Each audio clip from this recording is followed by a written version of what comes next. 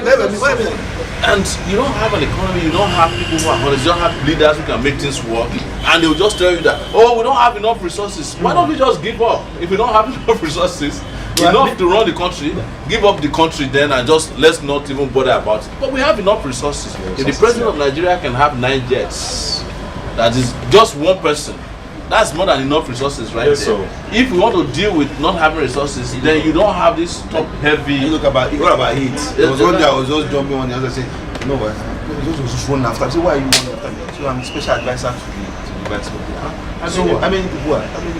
Special advisor.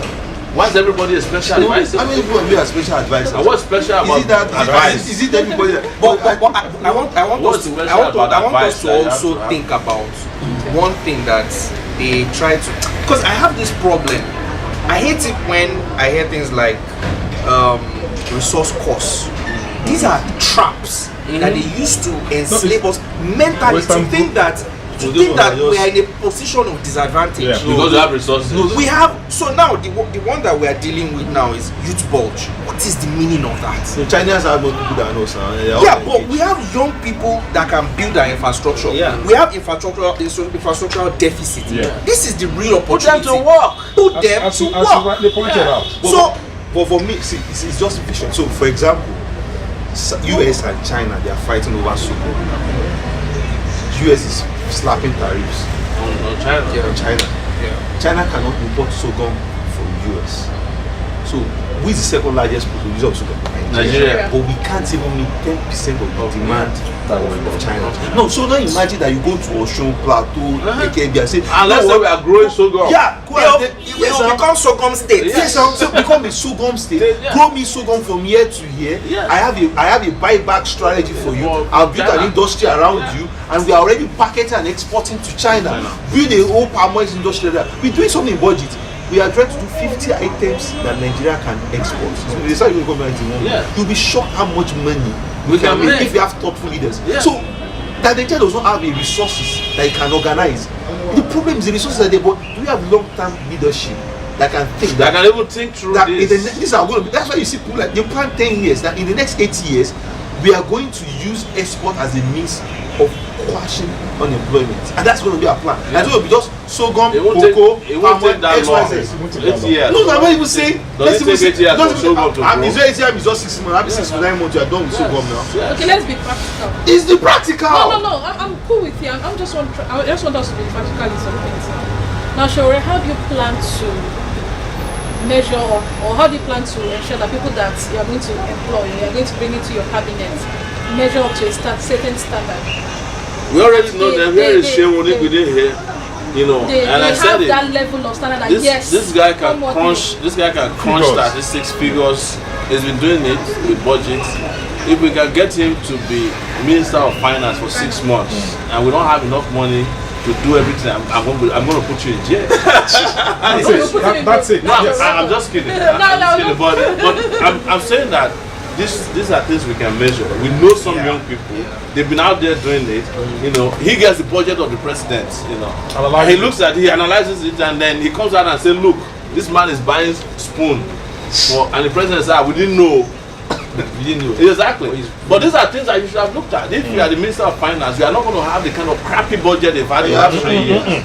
So what are we talking about why we can't find people? And then the funny thing about our budget is, why are we trying, if you check Nigeria, over 3,000 items are in the budget. As the federal going to do 3,000 projects in That's almost the same. Why can't you just do 100 projects? Because you're a federal government, you're not so what's your business? The plan is not to do it now. What's your business so that they will say that a 50-meter road? Just that they will say that Nigeria is complex. What's your business between a solar power? Nigeria look complex. So you get a complex budget, and when people say, sir, why have you to Nigeria is too complex? So but and I keep telling them, if Nigeria is truly complex, it will be so difficult to steal. You understand? It's not complex. It's not complex. You know, this is the most porous and non-complex economy or country I know in the world. Because other places where you have complex systems, institutions, it will be so difficult to take anything out of the place. Before they catch you, you can't steal $5. Somebody will find out. That's how complex systems work. But it's only complex when it is time for us to deliver. But when it is time to steal, so one person can take the budget of a state embezzle look at Dariye. You just take a billion, 1.6 billion. And Dariye has been jailed now, according to a court ruling. But lo and behold, Dariye will not spend a day in jail. Jolly Yame has been jailed for almost 3 weeks now. He's not in jail. The guy is still gallivanting around. Beyond that, wasn't I the one who said that I want to be jailing people? And it was don't say you jail them now. They have stolen that idea again. They are they are jailing in the courts. You know, this is because where do corrupt people belong? They belong in jail. It's as simple as that. You cannot have somebody who takes away 1.5 billion, and that's not the amount of money that Dariye. That's the money they charge him for. Found him. That's what they got evidence against I'm him. sure the guy stole maybe some 30 billion or even more. But we're only charging him for this, and he's crying.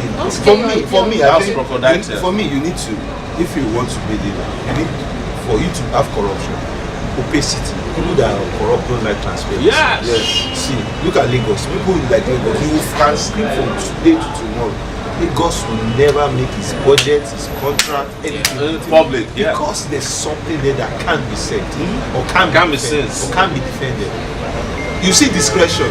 Some guy can take ecological fund and pocket it and say, okay, I'm willing to. They've been doing that over the years. And the third thing you see that makes people with weak institutions. So Dariye should have an auditor general who's not working. Who's not working. You should have an accountant general who is not working. You should have a state house of assembly who was supposed to review what is doing, who is not working. So you intentionally use patronage to weaken the entire system. So by the time when we want to fight corruption, you were like, it's not just carrying EFCC, carry people around fight corruption. No. You set rules. Yes. And you make sure that you make it difficult for people to steal. Yeah, you make everything open. Almost impossible. You make everything open. And that's what I said. There's no reason why all the asset declaration forms of Nigeria are not available for anybody to download. Every Tom, Dick and Harry that has internet should be able to download the asset declaration forms. We should also be able to download all the company information in this country.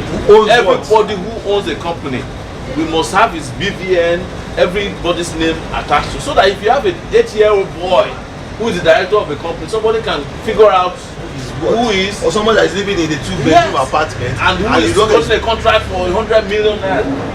Like you said, the moment you remove opacity from it, a lot of these guys will not be applying. They will not even go for contracts anymore. And that will leave contractors who are legitimate to do the most bidding. And then you make the bidding to also be competitive and open and transparent. Government wants this Nigeria that you see goes. So all the 3,000 projects that we have for the year in our budget, we must be able to find it online somewhere. Who is the contractor handling it? And the progress being made. Status. The status. You have a status bar, and citizens can even give you feedback on that. That's what we do. That's what the whole thing that civil society is doing. That's what government itself should be doing. But government does not care about feedback. No, because everybody has already taken his own share or corner of the amount of the money.